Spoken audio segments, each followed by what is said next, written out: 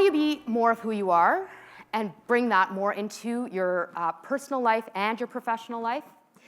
There's 3 pillars. First of all, you have to know who you are. Second of all, you have to embrace who you are. And third of all, you have to be who you are, which means practicing on a daily basis, showing up as who you are. So on the first starting point, know yourself. What am I talking about when I say know yourself? This is all about getting to know who in the world you actually are. And I also have, over the last 6 years, have taught extensively to women in particular on personal branding. So how do you get out there and sell yourself? So for example, why should a potential new client buy your services as an IA as opposed to someone else? It all goes back to you being able to express what your differentiator is. And a lot of us have a very hard time doing that. And the reason we have a hard time communicating what our brand differential is, it's 2 things, primarily through a gender lens, and then you can also overlap culture, like some of us from certain cultural communities have been taught not to talk about ourselves, is that point. Women have been socialized to be more group-focused and team-oriented, which means don't put a spotlight on yourself and sing your own praises. And then the second thing being that for most of us, we actually don't know who we are and what sets us apart. Like full stop. We actually just don't know who we are. It's the what is your differentiator, and it's the I don't know what my differentiator is. I'm gonna pause here now on embrace yourself. And for me, of all the 3 buckets, if I could spend days teaching one of the buckets alone, this would be the bucket. This would be the bucket.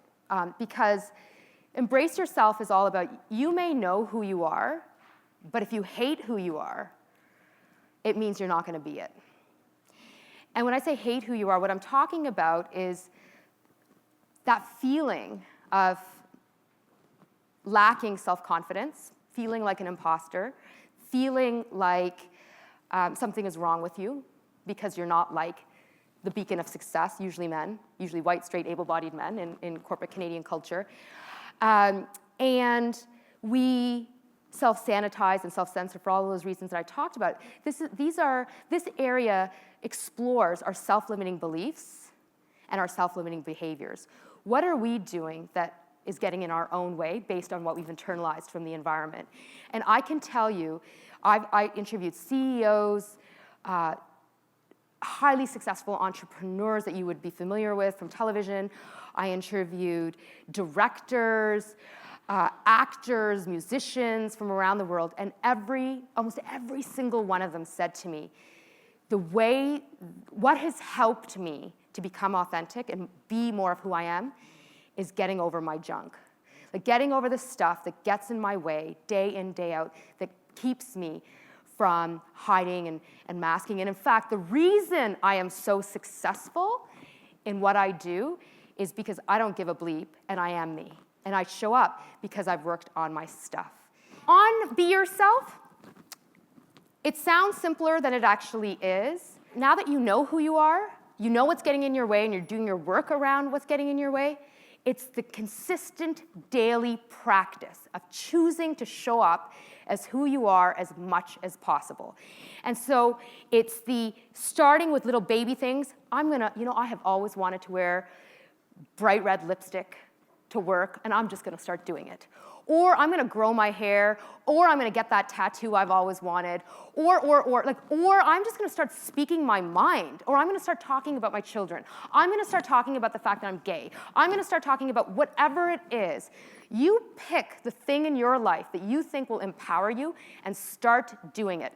And you don't have to do it right away to your colleagues or to the client you've never met or the business development lead. Like that may not be the starting point, but maybe you start Sunday dinner, you start Friday night, maybe you do it with your spouse, maybe you do it with your circle of friends.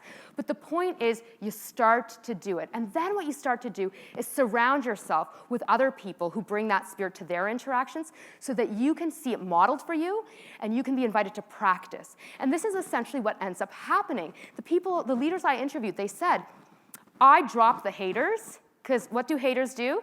They hate.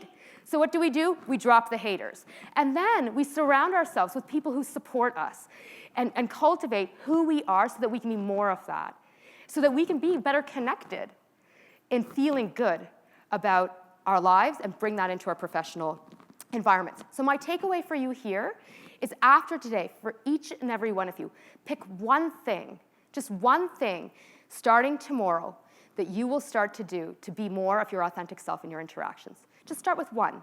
And when you do that one thing, day by day, celebrate that you've done that, and then bring in a second thing, and then celebrate that, and then bring in a third thing. And what you will find is that it will snowball for you. And so you'll find that first you'll feel the impact after a week, and then you'll feel it after a month, and then you'll feel it after 3 months, 6 months, the brain's rewiring neuroplasticity. And by a year from now, your life will shift. I guarantee you. If you can practice this, choosing one thing and building, a year from now, your life will be different.